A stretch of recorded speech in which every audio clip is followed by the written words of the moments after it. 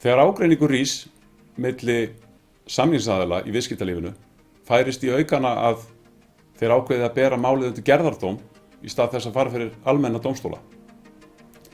Kostir gerðarmeðferðar eru margir og ótvíræðir. Fyrsta lagi tekur málsmeðferð í gerðarmálum yfirleitt skemmri tíma en gerist og gengur fyrir almennum dómstólum. Í öðru lagi er málsmeðferðin sveigjanlegri fyrir gerðardómi heldur en gerist fyrir almennum dómstólum og ekki eins formföst.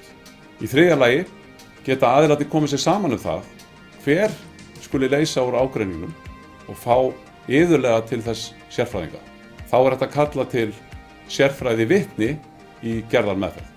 Í fjórða lagi ríkir algjör trúnaður málsmeðferðina og ekki síst niðurstöðu gerðarmeðferðarinnar.